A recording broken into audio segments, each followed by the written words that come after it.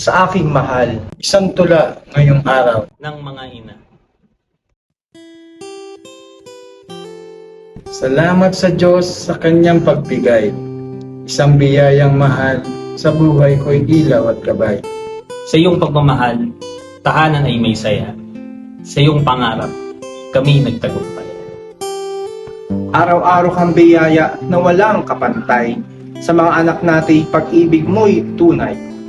Salamat sa may kapal, sa kanyang magandang plano, na ikaw ang aking kasama sa gitna ng mga tao.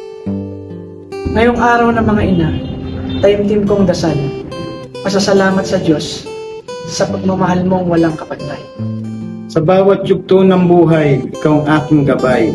Sa puso ko, wala nang papantay sa pag-ibig mong ibinigay. O Diyos ko, salamat sa iyong pagkakaloob. Isang ina, isang asawa. Sa puso ko'y tanging ikaw ang nangunguna. Sa iyo, aking mahal, buong puso kong alay. Pag-ibig at pasasalamat, ngayon ay ibibigay. Happy Mother's Day!